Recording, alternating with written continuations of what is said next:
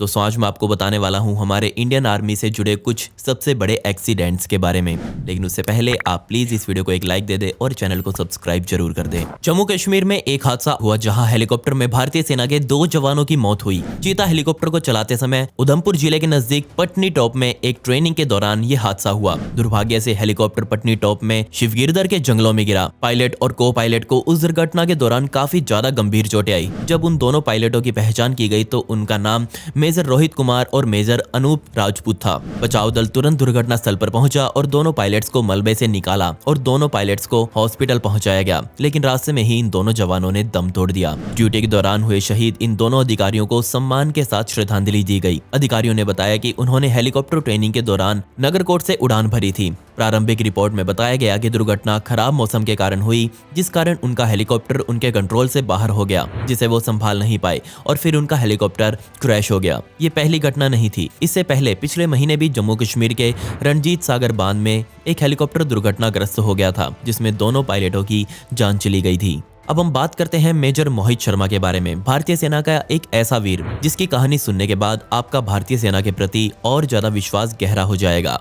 दोस्तों ये थे मेजर मोहित शर्मा। साल 2004 में दक्षिण कश्मीर से 50 किलोमीटर दूर मेजर ने अपने ऑपरेशन को अंजाम दिया। वो अपने दुश्मनों की जगह पर जाकर रहने लगे। उन्होंने दाढ़ी मूछ रखी और अपना नाम इफ्तिकार भट्ट रखा। इसी नाम के जरिए वहां के वो टॉप कमांडर तोरारा और अबू के संपर्क में आए। उन्हें ये विश्वास दिलाया कि वो भारतीय सेना से नहीं हैं और साथ में उन्होंने ये भी कहा कि भारतीय सेना ने उनके भाई को 2001 में मार डाला और वो अब अपने भाई का बदला लेना चाहते हैं। आतंकियों को मेजर पर शक हो गया और तुरंत उनके सर पर AK-47 तान दी गई। तब मेजर ने जवाब दिया, अगर तुम्हें कोई शक है तो तुम मुझे मार दो। और फिर आतंकवादियों ने इतना सुनते ही अपनी बंदूक नीचे गिरा दी। इस बात को सुनकर आतंकवादी सोच में पड़ गए और इसी का फायदा उठाकर मेजर ने अपनी पिस्टल से दोनों आतंकियों को गोली मारकर ढेर कर दिया और आतंकियों की सारी खुफिया जानकारी इकट्ठा करके वापस लौट आए और इस आत्मविश्वास भरे कार्य के लिए उन्हें सम्मानित भी किया गया। लेकिन फिर आया साल 2009 का समय, जब जम्मू कश्मीर में एक ऑपरेशन के दौरान वो वीर गति को प्राप्त हो गए थे।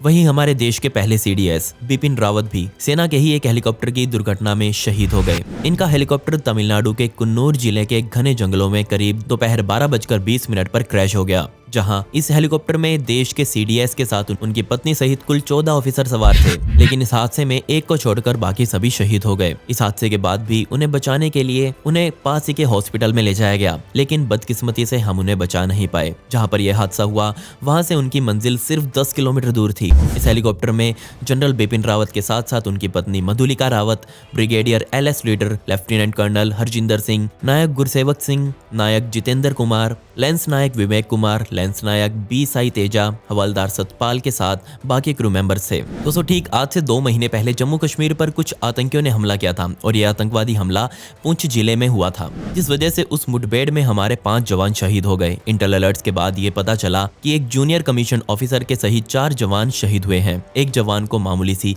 पैर पर चोट का भी सामना करना पड़ा। वो जम्मू कश्मीर में आतंकवादियों को वहां से बाहर करने गए थे, क्योंकि आतंकवादियों द्वारा वहां पर आम नागरिकों की हत्या की जा रही थी, जिसमें भारतीय सीमा बल ने जम्मू कश्मीर में इस कार्रवाई को अंजाम दिया। 3 दिनों में उन आतंकवादियों ने हिंदू और सिख सहित 5 नागरिकों की हत्या कर दी थी। तो दोस्तों आपको ये वीडियो कैसी लगी कमेंट्स में मुझे जरूर बता दें। साथ ही इस वीडियो को लाइक और चैनल को सब्सक्राइब जरूर कर दें।